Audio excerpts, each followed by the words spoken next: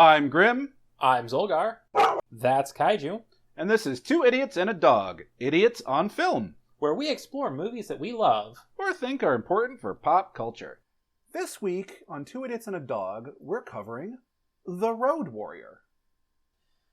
So we chose The Road Warrior, actually after quite a bit of debate on whether we wanted to do The Road Warrior or Fury Road, because we wanted to do a Mad Max movie, as we are both big fans of Mad Max and post-apocalypse in general. But ultimately we decided on The Road Warrior because, well, in a lot of ways, it really is the granddaddy of all post-apocalypse movies. But first, a quick word from our sponsors. Hey, Zolgar. We should start thinking about the future of Two Idiots and a Dog. We should, but that takes effort. And we are just a couple of idiots. We shouldn't be allowed to decide anything. Got a great idea. Let's sucker our listeners into doing the thinking for us.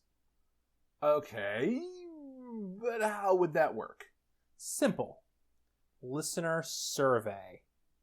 That's so stupid, it might just work. If you like what we do, we would love to hear your thoughts on the future of Two Idiots and a Dog. We've put together a listener survey, less than 20 questions about the future of the project. All questions are optional, and we don't collect any personal information. It should only take a few minutes of your time, and you can help make Two Idiots and a Dog better. You can find a link to the survey in the description of this episode. You can also find it on our social media pages and Discord server. Alright, so, like I said, Road Warrior, not only is it really the iconic Mad Max movie, but it is also, it is the quintessential post-apocalypse movie that, more than any other film, has really captured the post-apocalypse dystopia imagination. And to this day, it still influences every post-apocalypse movie to some extent or another. It really does. And in both good ways and bad. Yeah.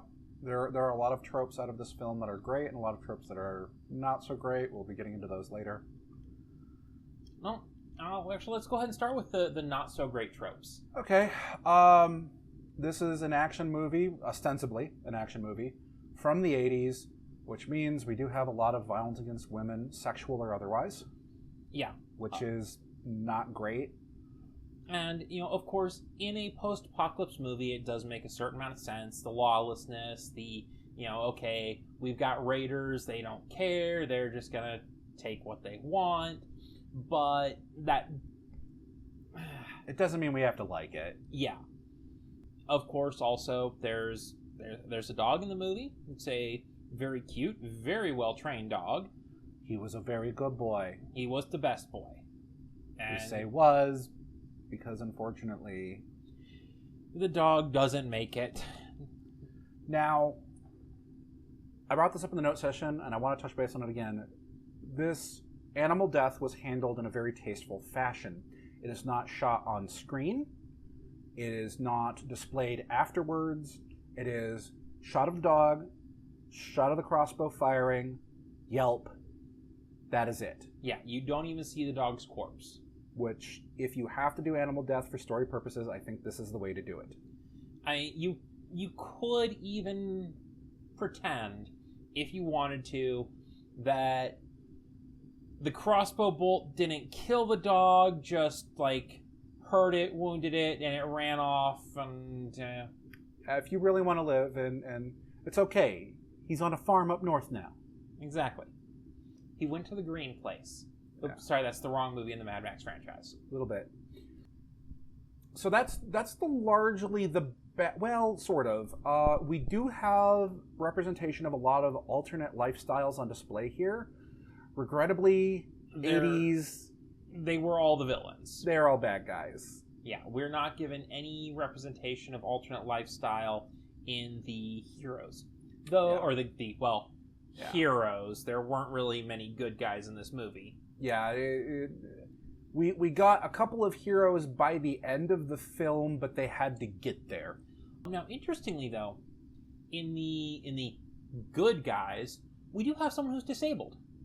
We do. We have the mechanic. His legs clearly don't work, and they hoist him around on a mechanic's joist. Yeah, which it's also really cool. You know, the fact you've got this guy who is, in a certain regard, a liability to his people, but he is also a respected member of that community and a contributing member of that community. He has a skill set they need, and he's good at it. He is very good at it. He does, however, apparently subscribe to the Montgomery Scott School of Engineering.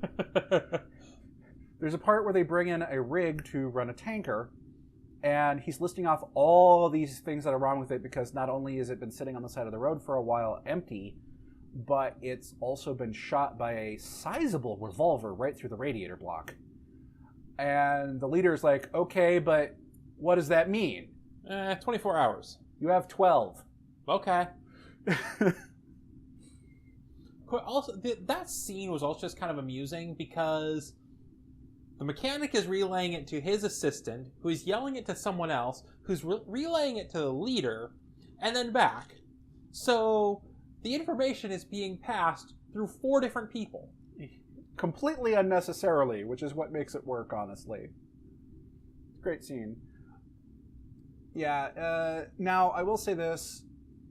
The negative connotation to the alternate lifestyle characters is that they are the bad guys. The film doesn't seem to be making a statement of they're this alt lifestyle, that's why they're the bad guys, but it also isn't not saying that either. It's presented without commentary. Yeah, it's not quite the, oh, well, this person's gay, so they're evil, but it was the... It's kind of the pervasive trope of queer coding your villains. Yeah. Do I think that's what Miller meant? I can't say. And even if it was the 80s. Like, it sucks, but I'm not going to hold it against him. Especially because if you look at his more recent films, his attitudes towards women and other groups have very clearly matured as he's matured as a filmmaker. Yeah, you know... This was one of his very early films. It was, I think it was his second movie. Because, Mad Max was his first. And, we're talking this released in, I think it was 82? Yeah, I think it was 82. So there's a lot of 80s... 81, actually, sorry. There's a lot of early 80s on here.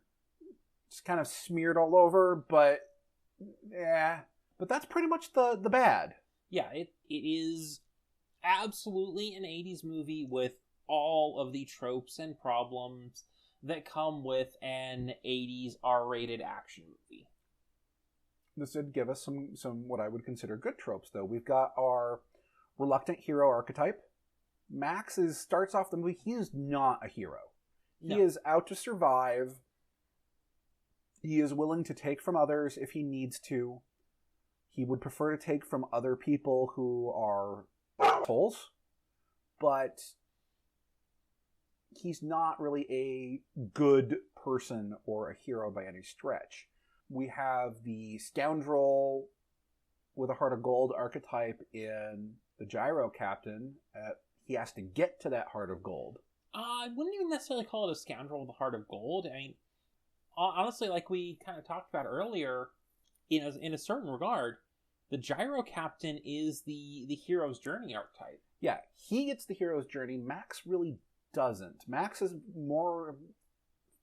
If we were to apply the hero's journey archetype to this movie, the hero's journey would definitely apply to the Gyro Captain more than Max, and Max would at most fill that mentor role in the hero's journey, which was an intriguing... Like, I don't think Miller was looking at this film and going, yes, that's what I'm intending to do, but retroactively looking back at it, that's kind of what's happened. Well, that's because the hero's journey is such a pervasive archetype that we use it without even realizing what we're doing. Yeah, and the thing to remember here about the hero's journey is that it's not an archetype that was created to be an archetype. It was a literary expert, an academic, looking around and going, this keeps happening, I'm going to codify it and give it a name. Yeah, it's... The hero's journey exists throughout the entire history of literature. Yep. The earliest myths and stories include the hero's journey. But it was interesting to see this, because typically speaking, the hero's journey, our hero is the main protagonist. And in this case, it's actually the gyro captain who goes on the hero's journey. Yeah. He starts out as this scoundrel, straight up ambushes Max in order to take his stuff. And by the end of the movie, he's putting himself at risk to help others. Yeah. For nothing other than because it's the right thing to do. And to have people to be with. And maybe because one of those people to be with is a pretty girl who at least shows passing interest in him. She only really showed passing interest in his ability to get her out of there, which then she realized that no, she didn't want to leave. And in that moment, he straight up could have just been like, okay, and taken off, and he didn't. He stayed. So, yeah, it was a good take on that trope and that archetype. We also get some of the post-apocalypse tropes of, raiders wear sports gear. Everyone wears sports gear. I mean, yeah. Now, of course, one thing I kind of noticed that I'd noticed it before, but I hadn't really noticed it before. Mm-hmm. Which is the people of Gastown wear white, except the mechanic. Mm-hmm. The raiders wear black. So there was that black and white good and evil coding in the aesthetic choices. Even though Gastown wasn't really made out of good people. No. They were better people, for sure, but they were still dicks. I mean, they straight up tried to steal Max's car, so... After he brought back one of their wounded, they paid him by being like, okay, your car's ours now. Like I said, dicks. Yeah, this is one of those movies that there really aren't good guys in, especially not at the beginning. Yeah, like I said, by the end of it, we get Max and we get the gyro captain, and a lot of the dickish members of Gastown have their redeeming qualities. And oddly enough, so do some of our villains. Do you have any other tropes you want to touch on?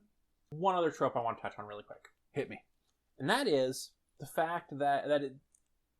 And this has become a thing in a lot of other post-apocalypse movies, too. Mm-hmm. The fuel is a scarce resource. Let's use it! Yeah.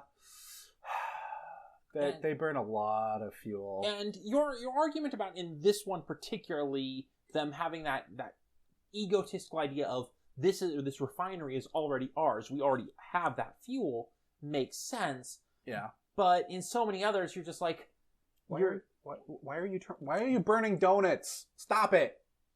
Of course, that's wasting fuel and it's wasting rubber off your tires, which you cannot replace. Yeah, that is kind of one of the problems with the post-apocalypse, especially the vehicular post-apocalypse genre, is the fuel, the parts to repair, the tires. Yeah. All of those things after much of an apocalypse would be impossible to get, but we overlook that because it's fucking cool. Yeah. Other franchises, way too many vehicles and cars functioning. There shouldn't be that many running. But it's cool, so we forgive them. Agreed. Okay, so we've talked about the tropes that this film set, the standards that the granddaddy of post-apocalypse movies has created. But I want to point out some of the things that they did differently. Some of the things that other films have either not copied or aped very poorly. Like they saw the assignment and they took the wrong message from the assignment. They did not understand the assignment. I think one of the biggest ones for that is the absolute sheer scarcity of bullets. Yeah. There are a massive shortage of bullets. Most of the weapons in this film are bows or crossbows. Or pneumatic projectile launchers. Yeah, we have two main firearms we see in the movie. Max's sawed-off. Actually, we only see two firearms in the movie. and Humongous' revolver. Yeah, and for most of the film, Max does not actually have shells for his shotgun. And Humongous starts the movie with 5 shots. Or was it 6? 5. Okay. Because 1 through the radiator, and then he loads the other 4 for the chase sequence. I couldn't remember if he loaded 4 or 5 in the chase sequence. I'm pretty sure it was 4, because I think there was 1 or more empty slots there. So, did he fire 5 shots or 6? You know, in all this action, I've lost count. Oh, sorry, wrong franchise. I had to go with the Dirty Harry reference there really quick. Yeah. Do you feel lucky? Well, do you? Punk. Okay. And then the shotgun shell fizzles. Yeah. Which, by the way, one of the rounds that we do see is a dud. It fizzles in the chamber. Well, when he finds that round, he finds 2 shells. He squeezes it. 1 crumples completely because it's degraded so much it's not usable anymore. And the other one is a dud. Though that was actually a mistake on his part, because he should have squeezed that over something and saved the gunpowder and the lead pellets. Which is true. Especially because earlier in the film we did see him so keen to collect leaking fuel from a wrecked raider car. Like, to the point where there are other raiders staring him down and they might come jump him or shoot him with their little bows. And he's still, like, kind of furtively keeping an eye on them while desperately trying to collect that fuel. That's how scarce fuel has become. Other things that they've done very differently are raider dynamic. You see raiders in most apocalyptic media, or even just gang leaders in media in general, and, you know, they're rule through power, and if you defy me, I'll just kill you. I don't care if you're the enemy. I don't care if you're one of my people. If you defy me, I kill you. Here, Humongous genuinely seems to care about his gang, even if it's only from a pragmatic, if I kill them all, I don't have anybody left standpoint. There's a sequence where our only other really named antagonist, Wes, loses his partner, a pretty male on a chain, called Golden Youth, which the only name we have for it, and also that actor's only ever acting credit. Golden Youth is killed by the feral child's boomerang, and Wes loses his mind. And so many other gang or apocalypse media would in that moment just have Humongous shoot him. It's like, no, you're defying me. Stop. Okay. Bam. That's not what happens here. Humongous grabs him, puts him in a sleeper hold to choke him out, and as Wes is still struggling, he's still leaning in and talking quietly to him like, I know, I understand, I know. Let's get the fuel first, and then you can have them. Genuinely caring about Wes's, or at least acknowledging Wes's emotional pain and anger in this scene. And to be clear, even Wes himself, this wasn't the typical raider, you took my property. There wasn't the anger screaming like, how dare you take from me? This was mindless, guttural, angry vocalization with no coherent words behind it beyond, I think he says kill them all at a couple of times. So he actually does say quite a lot there, including he says something to the effect of losers wait, we kill. It does actually say things, but it is very hard to understand because he is so furious because there was an emotional investment. That wasn't just his property. That was his partner. He cared. There was attachment. Yeah. And in this scene, in this moment, Humongous, even as he's choking him out, is trying to talk him down and acknowledge that investment and the pain of that loss, which is very abnormal in a villain archetype these days. Yeah. And of course, also, another place where we see that Humongous is different than so many other villain archetype leaders is the siege. Mm-hmm. So often, the raider leader would be sitting there going, we'll just keep sending bodies at their wall until we win through a war of attrition. And honestly, they had the bodies to do that. Yeah, or they would likewise give some big, ominous, threatening speech to demoralize the enemy to the effect of, "It doesn't matter how long you hold out. We will break through and we will kill you all no matter what." That's not the demoralizing speech he gives. The demoralizing speech he gives isn't even that demoralizing. It's a plea. It's an offer. He gives that iconic villain speech that I have heard repeated or aped or referenced in so many other pieces of media. Just walk away. This long-winded, relatively eloquent, especially for the appearance that Humongous has. Humongous is humongous. And He's this beefy, bulky, muscle dude. He's got like a couple other straps on and otherwise no shirt, hockey mask, just, and he's just gives this relatively eloquent speech about all we want is the fuel, all we want is the depot, all we want is the refinery. You can just go. No one needs to die. We don't need to kill you. Just walk away. Yeah, and offers the guarantee of safe passage through the waste. Now, honestly, he was probably lying. But the fact remains is he was still making these overtures in the first place. Whereas, again, gang leaders in media are just, and we're going to kill you all and peel your skin off and wear it like a suit and all sorts of other absolutely impractical threats and menaces.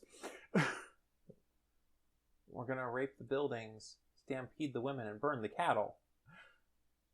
What? Okay, they're completely confused. Get them! He doesn't play the there's no mind games here. Like, yeah, he was probably lying, but we don't know. And the fact of the matter is, the way he runs his gang is not how you see gangs run in other media. Yeah. And that really helps set it apart. We've also got other little things that set him apart. Honestly, I could probably talk about it all day, because this movie really does set the bar and then also defy the bar, because everybody who copied the bar weren't paying attention. Yeah. They did not understand the assignment. But that does bring us into some things that everybody did get right. Well, so did we really touch on how Max really isn't an action hero? We did not. So yeah, one real point here. Everybody talks about, Mad Max movies like, oh, Max is this huge, awesome badass. He's really not. He does have one bad trait, which is he does not stop. He survives. It doesn't matter what it is, what's coming at him, what you throw at him. He's going to live through it. Yeah. He's not going to come out unscathed. As a matter of fact, he doesn't even walk off his injuries in this movie. Yeah, he doesn't even walk off his injuries from the previous movie. Yeah, Road Warrior, he's got a brace because you mentioned in the original Mad Max, his leg gets all messed up. Yeah, I think it gets run over by a motorcycle. Yeah, so they've got all of these, and they even acknowledge it. It's not just a throwaway costuming bit. When he goes to sneak past, which by the way is part of what makes him not an action hero, I think it's the mechanic leans in and goes and oils up the brace so it's not squeaking or rattling. Because it was squeaking the entire time. Every step he took, it squeaked. And they're like, okay, we need you to go get the rig so that we can take the tanker and the fuel and leave. He doesn't, okay, I'll take the job, and then ram through, guns blazing, killing. No, he takes the fuel he needs, and he sneaks past the raiders. Not only sneaks past the raiders, but does so ineptly. He only makes it because of the feral child. Yeah, he loses his footing. The cans he's carrying clang, which I do find it interesting. He was carrying 20 gallons worth of cans, but he only expressed a need of 5 gallons of diesel and some high-octane fuel, and that gyrocopter did not have no 15-gallon tank. Yeah. Definitely interesting. So he makes noise, and the feral child makes fake animal noises, and that's enough to fool the raiders because, well, they're still raiders. They're not that smart. They are not very bright. They aren't smart, and I will tell you why. They are so incredibly short-sighted. The entire siege is stupid. They want to take their fuel that they have taken and refined and leave.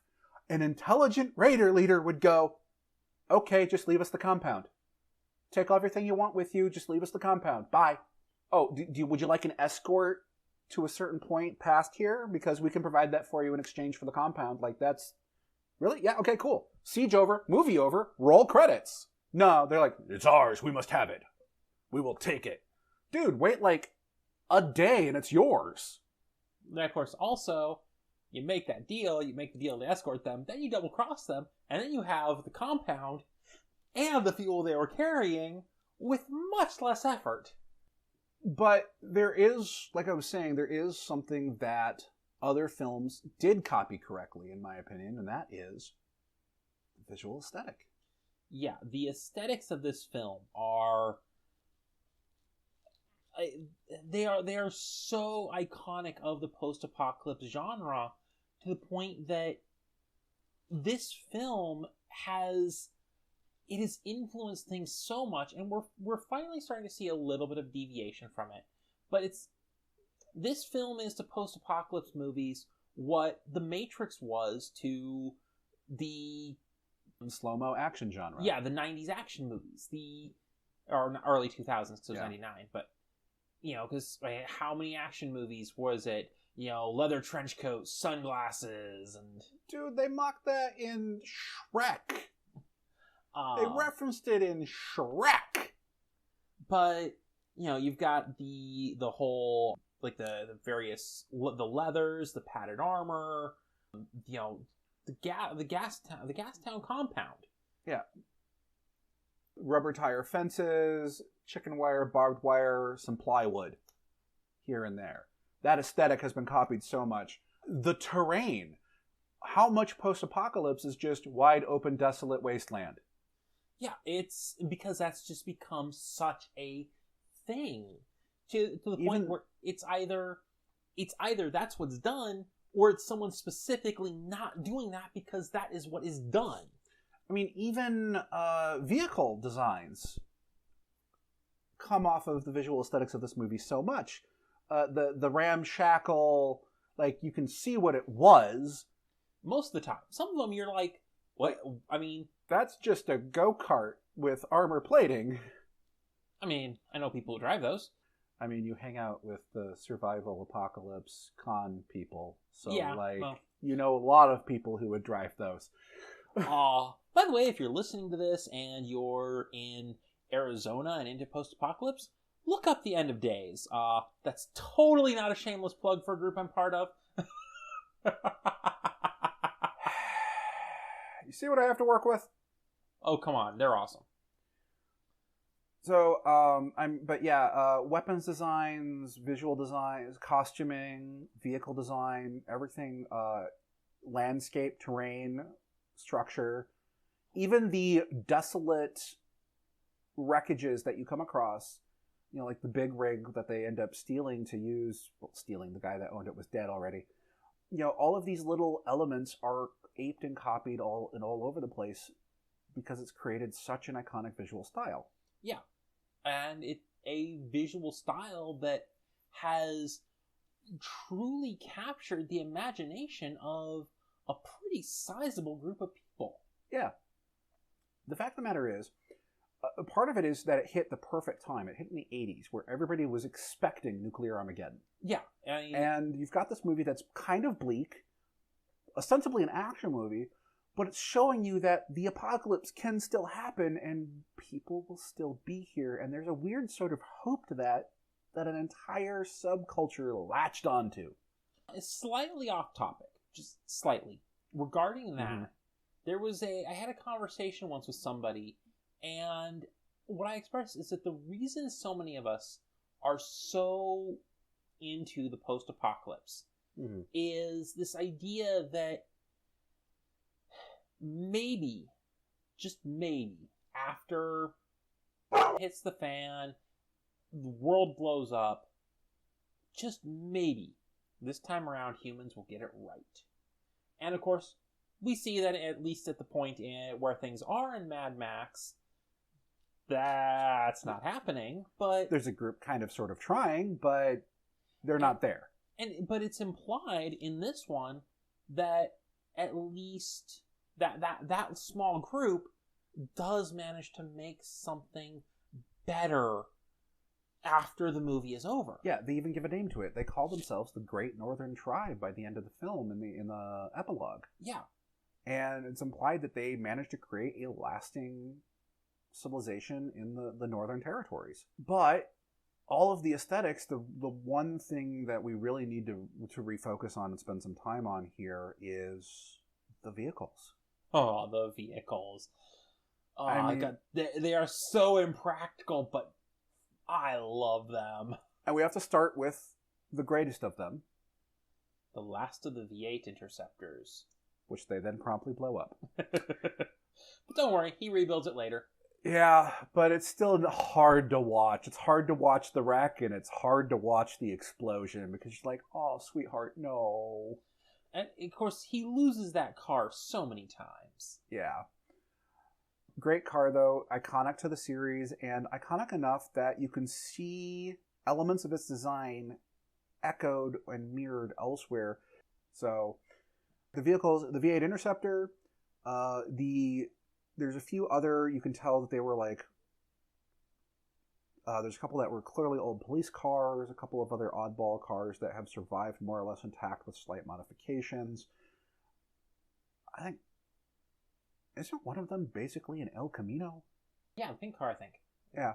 No, that's not the pink one's actually, what's the pink one again? I forget. It's not an El Camino, but yeah. And then you've got the ones that were clearly completely kit bashed together, the ones that basically look like armored go-karts. Yeah. Basically they've taken a chassis, they've put a roll cage on it, and slapped some armor, maybe some weapons. What I find really interesting is that we had several of the Raider vehicles like that were basically carbon copies of each other, but we also had like 2 or 3 design variations, including the one that Papagayo, however you say his name, ends up driving in the final sequence. That one was visually distinct, but still totally an armored go-kart. Yeah, it was a very unique vehicle. And I kind of wonder if they did that because they wanted to give that character a very easy, this is this guy's vehicle, so you know who the good guy in the chase is when you're... Probably, because it was very visually distinct, and there was a sequence where he was surrounded by other Raider vehicles because they were trying to run him off the road and get him away from the rig so they could focus on the rig. And then there's the rig itself, which is just, it's a Mack truck, literally.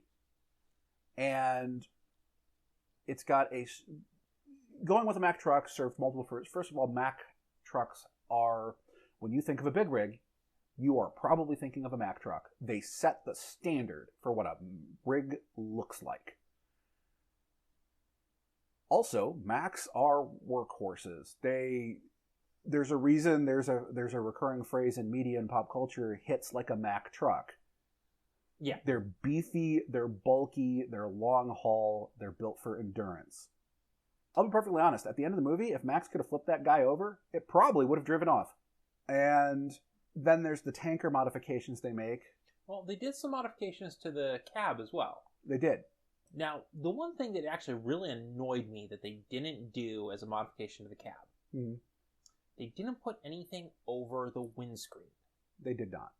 And you figure half of it was knocked out when they drove in anyways, so they really should have put something over the windscreen because, well...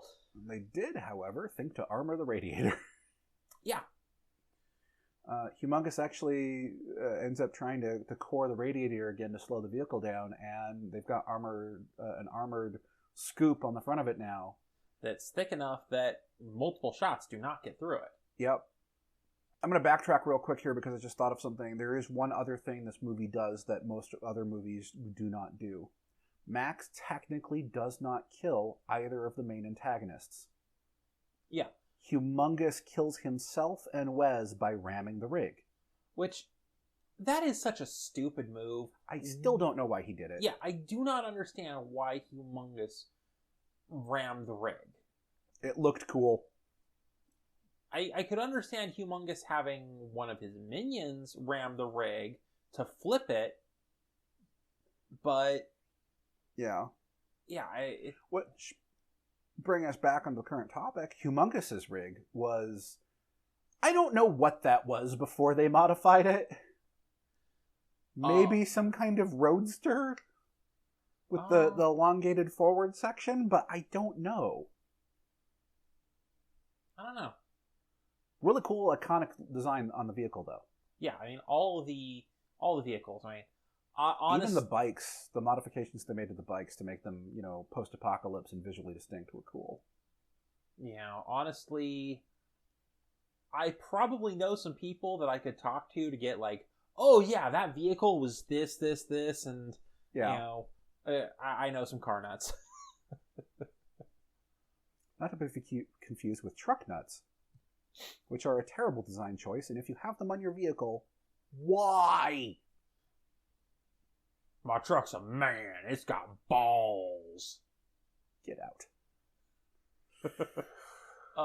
There is one other element of this movie, though, that we need to touch base on, because it makes the whole movie. It really does, and that is the stunt work. So, this is the 80s. Let me set the stage for you, because I'm imagining a lot of our audience might be younger and not realize this. The 80s, your visual effects option du jour was green screen. And that was more or less it. If you wanted to make any edits to the film itself, you were in there manually modifying the film frame by frame, which they did do for some movies. But that is insane and expensive and time-consuming, and, well, Miller's early movies are, to the surprise of almost nobody, on a smallish budget. And the other thing about the 80s, especially the really early 80s, because again, this was released in 1981, which means the filming was happening in 1980, is... at the latest. The special effects capabilities were lower, as were the safety systems and devices available for our stunt performers. Yeah. The stunt performers of this movie, both the stunt drivers and the traditional stunt performers, the people who get set on fire, thrown around, things like that, they are bloody fearless. Yeah, Miller has a reputation of working practical as much as possible, and that means a lot of stunt performers. And I'm not going to get into the whole CG versus practical debate here, but it does lend a certain aesthetic and style to his films that I feel makes those films better for it. Yeah. And because he has this firm basis in stunt work, he creates these stunning visuals using just people and pyro, basically. So these stunt workers put in the work, and that's saying something, because honestly, a lot of the action sequences in this film are relatively understated. Yeah. But they're still dangerous, they're still risky. Oh, and I mean, some of the stuff they did is extremely risky. They actually rolled the big rig at, I don't remember what speed they were going. I think it was like 50 miles an hour when they rolled it. Yeah.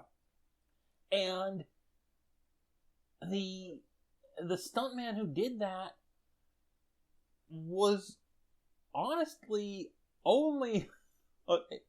his main job for this movie was driving that big rig because he was the only person on set who knew how to drive a big rig.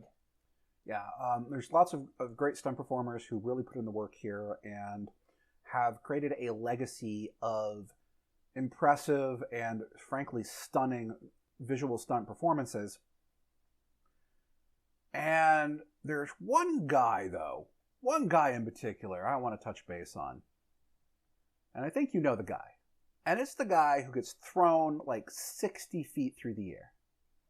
Yeah, this guy, and in fact, actually, his name is Guy Norris. He got his career in movie stunts. He was actually, I think it was a circus performer before this, but his career in movie stunts started with the Road Warrior. He was, I believe, at least the biker that gets thrown like 60 feet through the air. And by the way, in the 80s, the crash pad for a biker being thrown like that was oftentimes a stack of empty cardboard boxes because they broke down easily and were dirt cheap to absorb the impact. And when sealed correctly, they still had enough of an air pocket to help make sure your spine didn't shatter into a million pieces. Yeah. Usually. And his, like I said, that was his start as a stuntman. He has continued his stunt career working repeatedly with George Miller up to and including into Fury Road.